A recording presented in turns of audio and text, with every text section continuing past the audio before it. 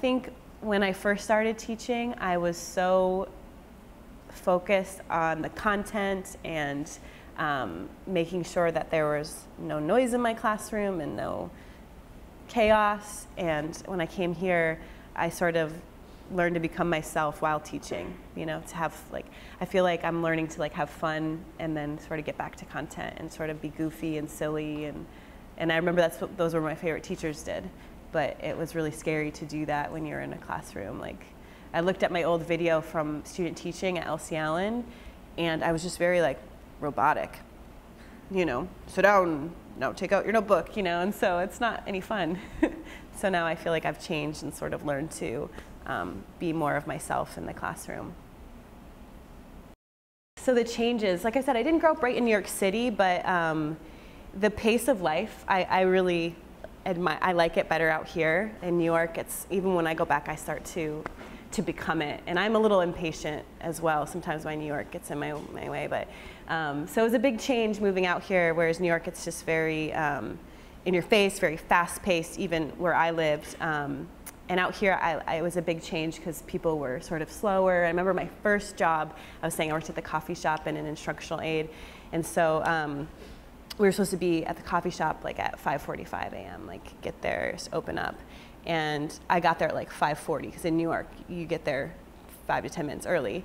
And people were like strolling in at like 5:50, like 6 o'clock. And we're supposed to open the shop at like 6:30. And it was just sort of this like, yeah, whatever, we'll figure it out, we'll do it. And at first I didn't like it, but now I really like it. Like Miss Bosky's really good at that. When I'm stressed out, because I'm like, oh my gosh, I need to do this, she's like, we'll figure it out. I'm like, okay. And so that was a change. That was a change, yeah. But yeah, I miss New York sometimes. And I'm lucky that I'm a teacher and I have good breaks, so I can go back Christmas and summer to see my family and see my roots.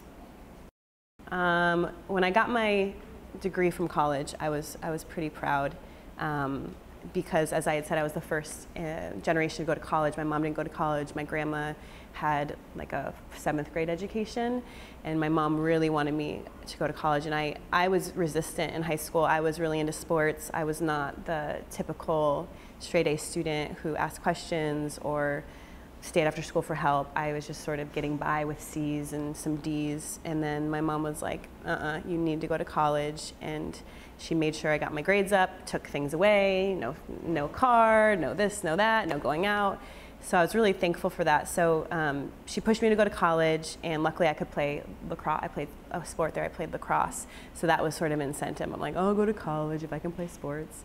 And I'm so happy I did. And so when I graduated, even though my mom wasn't there, I was just overwhelmed all day with really being proud and emotions as well, that I'm glad that she really pushed me to go, because I think if I was left up to my own devices, I would have not gone, and that would have been a much harder path. I would say to make sure to get to know yourself. It's a really hard thing to do in our society, because I feel like we're so bombarded with images and what we should be, and we don't feel good enough. And I think just spending some time to get to know yourself, what you really like to do, and the rest will figure itself out. If you figure out who you are and what you really love to do, the rest comes really easily.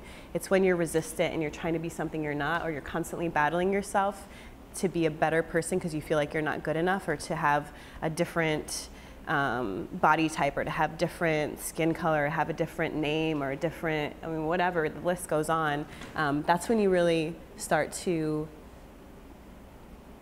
in my opinion, make mistakes. You know, not necessarily you fail, you just start to make mistakes because you're getting away from who you really are at the core. So I would say that's the biggest thing, is spend some time with yourself, figure out what you're interested in, figure out who you are, know your family, listen to your family, just like Mr. Dominguez said. That's a huge one. Listen to your family, and then the rest will come to you, and you'll have a really happy life if you stay true to yourself.